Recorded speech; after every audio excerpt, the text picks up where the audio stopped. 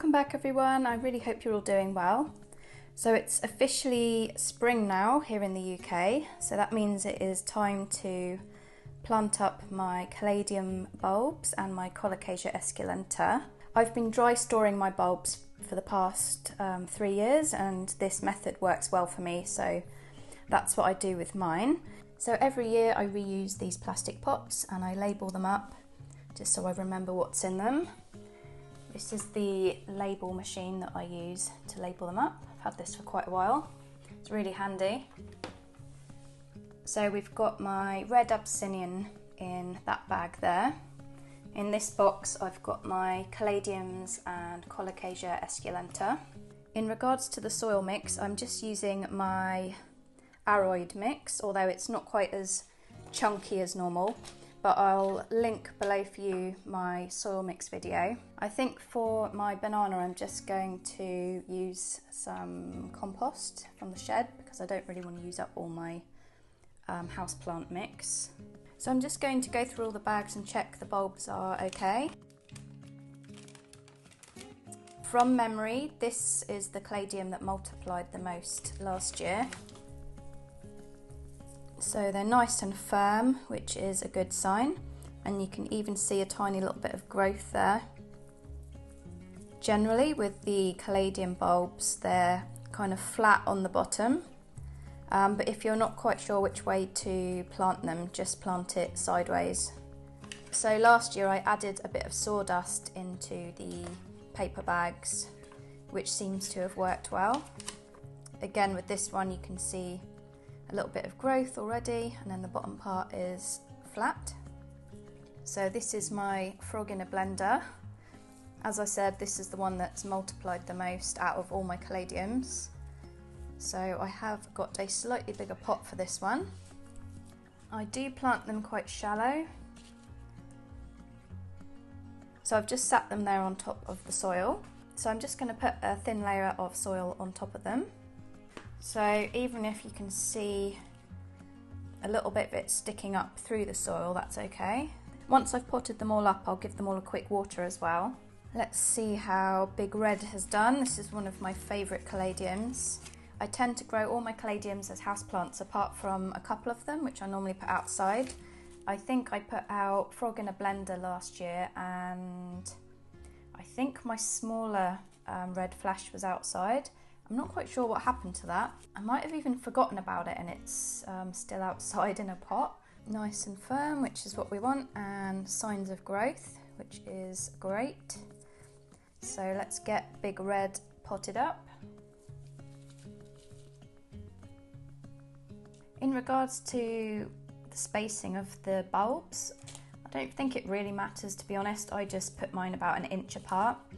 Obviously you could spread them out a bit more. The closer they are, the kind of more they'll grow in like a clump. Or you could even separate all the bulbs and plant them up separately. And this is just how I do mine. So you can see there's that tiny little bit of growth just sticking out of the soil there. So they're planted very shallow. This is my Colocasia esculenta. So originally it was one large bulb, and over the years it has multiplied, and then I've kind of split the plant up and sold bits of it. So this is just what was left from last year. Again, I just plant this quite shallow in the soil like the caladiums. I do grow this one outside in the garden in the summer, but I start it off inside, and then once the frosts have passed and the weather's a bit better, this one will go outside, and I do plant this in the ground. As I mentioned before, if you're not quite sure which way to plant it up, just put it on its side and it will find its way up. I usually plant this one outside in May, but we'll have to see what the weather's like this year. Apparently we're meant to be getting a heat wave in April this year, which would be wonderful, because my birthday's on the bank holiday weekend, so that would be absolutely amazing. I'll be uncovering my bar in a couple of weeks as well, so that's really exciting. Next up we've got Strawberry Star, Florida Moonlight, another one of my favourites. Last but not least, we've got Caladium Elise, and for some reason I may have put a Colocasia Black Magic bulb in there as well. I bought a really tiny bulb last summer and it didn't do very well. In fact, I thought that it didn't even make it, but maybe there was a tiny bit of it left. Oh well, we'll just have to see what happens. So one of these could be Colocasia Black Magic. I'm assuming it might be that one if it is. I'm just going to plant them all in the same pot and we'll see what happens. As I said, I didn't even think that I had the Black Magic anymore. So that's all the caladiums potted up. Now it's time for my red abyssinian. As I mentioned, I'm going to go out in the shed and see what soil I've got for this one. Again, I grow this plant outside in the summer, but start it off inside, nice and firm, which is what we want. I think next year, or this year even, I think I'm going to overwinter this one in the loft because I think it's too warm in the kitchen, so it does kind of continue growing throughout the winter. The growth can be really stunted and it hasn't really gone into proper dormancy, which is what you want. So I think next year I'm going to put it up in the loft where it's cold and dark. Again, this one usually goes outside in a pot on the patio May time. So all these caladiums are going to go upstairs underneath a grow light and I'm going to give them a quick water, so I'll take you up with me. So I'm upstairs in my office now. So I'm going to be growing these under my Spider Farmer grow light and I've got it set on, oh it's quite low at the moment, I might turn it up a bit. Turn it up to about 30. And I'm just going to give them all a quick water.